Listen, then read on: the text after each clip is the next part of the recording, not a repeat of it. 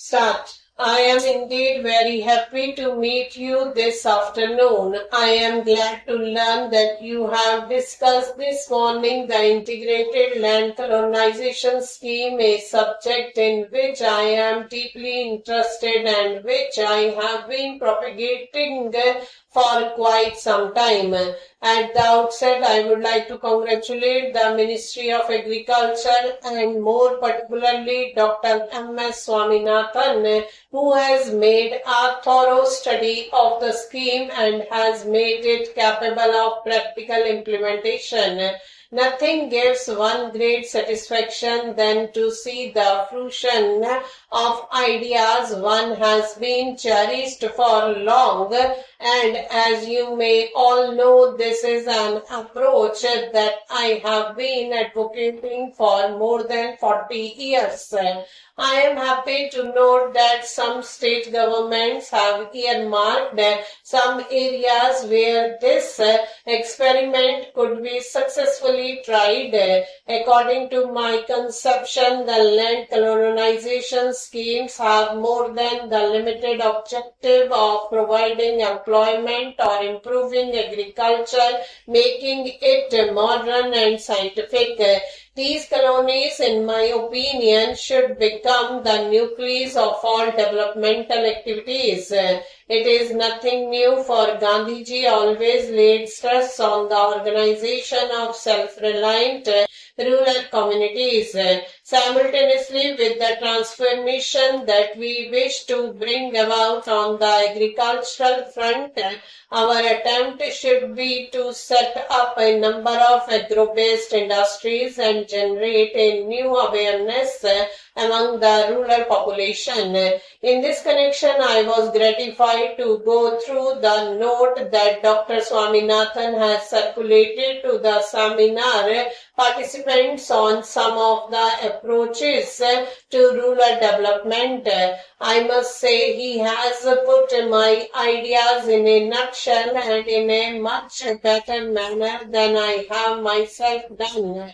I have seen the design drawing that he has circulated, which to my mind will substantially translate my slogans: every care, a pasture, every home, a factory. In regard to the reconstruction of our rural economy, which forms the basis of our economic and social life, I would like to mention that while I am not against modernization, we should not forget the age-old experience and knowledge of our farmers, which has come down through centuries. In the name of bringing progress to our rural life, we should not superimpose an urban Western culture which may not have any relevance. Such an attempt at superimposition of an alien culture will not help to achieve rural resurgence as such.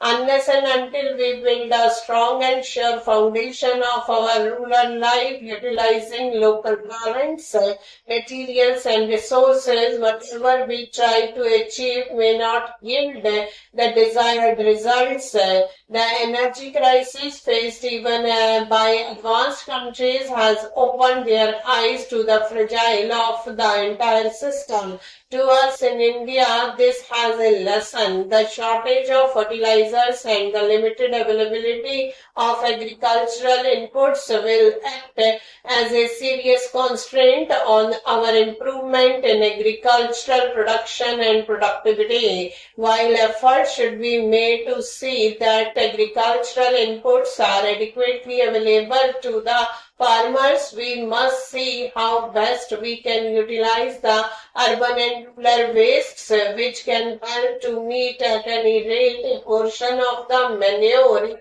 needs of our fields. The research laboratories dealing with the different aspects of agriculture should now make a serious attempt, not that they are not doing, but more intense effort should be made to carry their experiences to the farmers. For example, some years ago, I made a suggestion regarding soil testing. The students in different schools in the rural areas might be asked to bring a sample of soil from their land, which can be tested in the laboratories by the science teachers to the schools, so that proper advice could be given to the farmers through the students who come from the rural stock. I am not an expert, nevertheless, I feel we should think of simple and easy methods to reach our farmers. The land colonization scheme that I have suggested has not only an economic content, but more importantly, social content. It should attempt to design a new living. If these colonies are successfully burned out, they will act as catalysts and will make the individual farmers also come together on a cooperative basis. After all, once the farmers see that some tangible results have been achieved by someone through cooperative efforts, they themselves will be enthused to come together and take advantage of such methods and practices. Of course, many of you are engaged already in different areas, and your success itself is a proof of the increasing awareness among the farmers to take advantage of the modern scientific knowledge available in the country.